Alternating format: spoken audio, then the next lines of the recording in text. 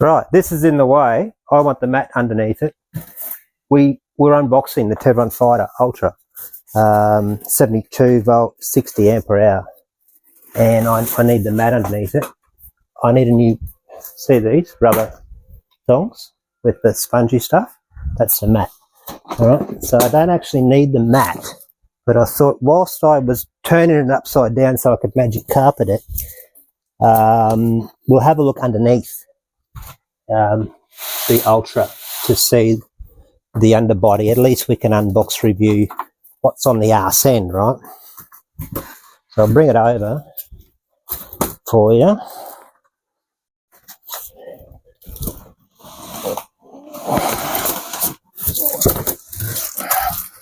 Need some grip tape on the magic carpet. Hopefully you can see that a bit better, right? There you go. How's that? I'll have a look underneath. Might even zoom in a bit. That'll do. Push this back, get things in order. Push that back there for now.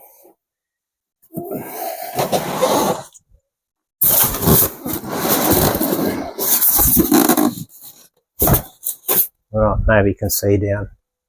Perfect. That should be the back. It's the rear end.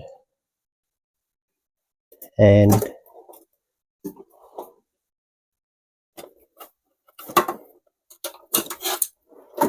it's a CST tyre. Some of the footage had X-joints back in the day a bit. Maybe that's when they went the bigger brake caliper. The 4-piston red one. So pretty much want to just inspect the tyre. Well, it's a CST, nothing special. 90, 65, 6.5. Quick disconnect motor wire here. Only allows about 10 mil from the side of that 90 tyre to there. So watch that. Yeah, watch that with your, say, 110 wide tyres. Washers, hook washers. On the inside, thin hook washers that have the hook out off the end of the swing arm. As usual, on the outside, thick washer. Quite thick. And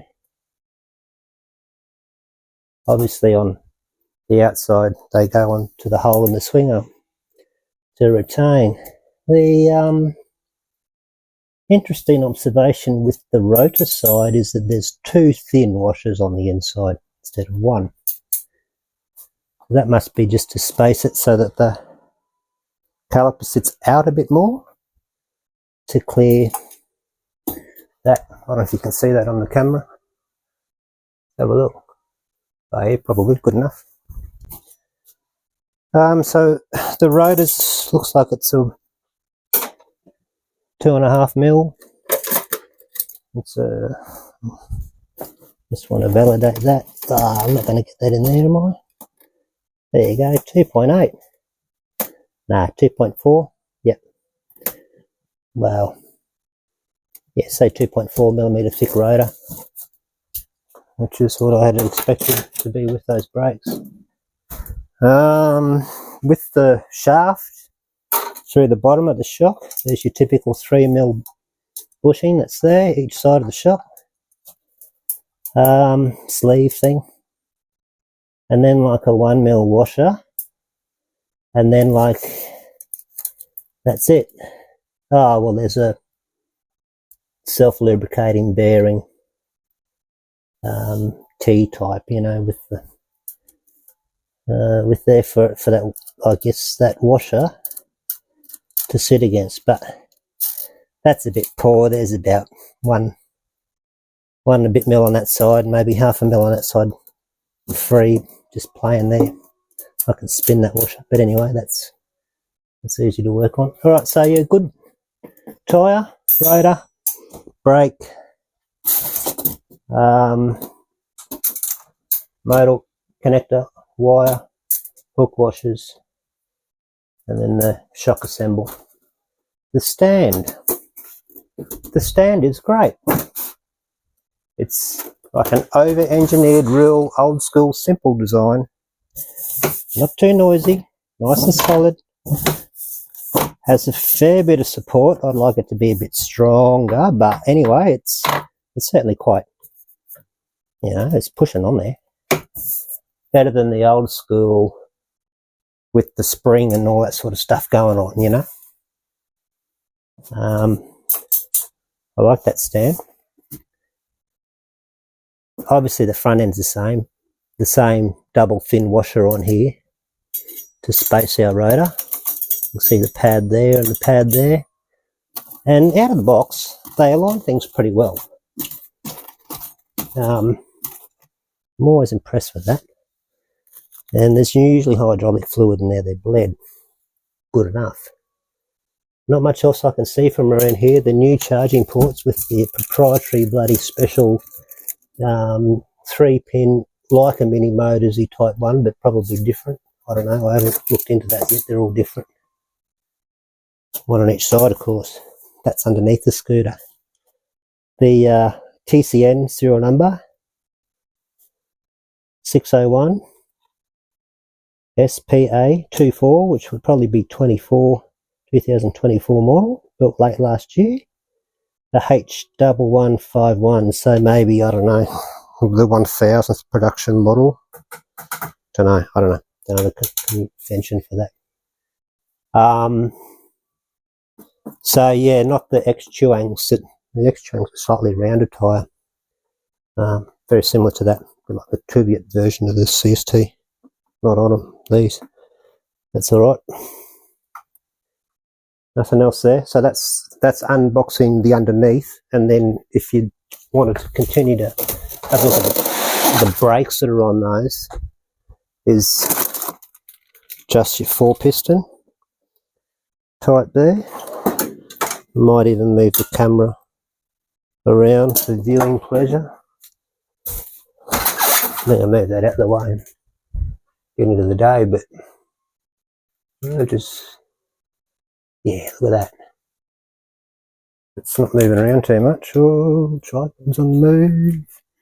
How good's that? So that should hopefully stay there. Yeah, alright. Let's see how that goes. It's just the weight of it. Okay.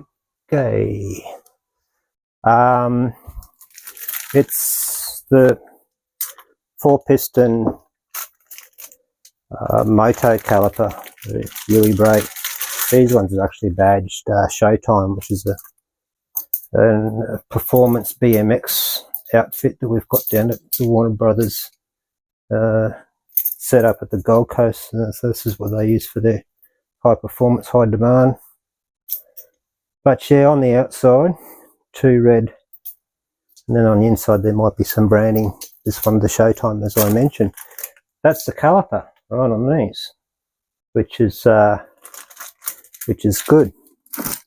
They have, and there's a Teverun branded lever, brake levers, right? Because remember, these aren't the zoom systems, right? These are the HB427 4Ms. Levers, same as what we have in Australia here on the Dragons, with the reservoir view, lookout viewing port, see how much fluid's in there if you needed to. And they're quite a solid lever, not as flimsy as the zoom, strong and reliable. So I would endorse the levers. And the rotors is the 160, 2.3 mil I've got here, 3, 4, depending on your measure. They're a really good rotor. You probably can't see down there. So that's, yeah, they've got like the slotted design, you know, like a chisel through here, which gives it a lot of strength as opposed to your round holes. I mean, they're both wave rotors. They're both going to get good cooling with those waves radiating through there. but a little bit more strength. And we see those also on Dragons in the 140mm, quite strong and solid. So yeah, they're good. That one there, that's a Nami Bernie rotor. So sort of compare the two.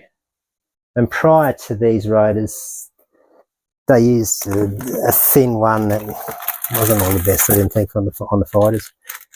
Most importantly with brakes is bleeding these things. They use a somewhat different connector that's not in your usual kits. So, you know, these ones, right, don't have the right...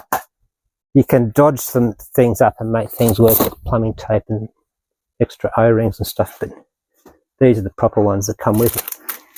You can get them on AliExpress in a crap bleed kit for about, I don't know, 30 US. But these are the ones that they have in them. It's the adapter. Long, thin.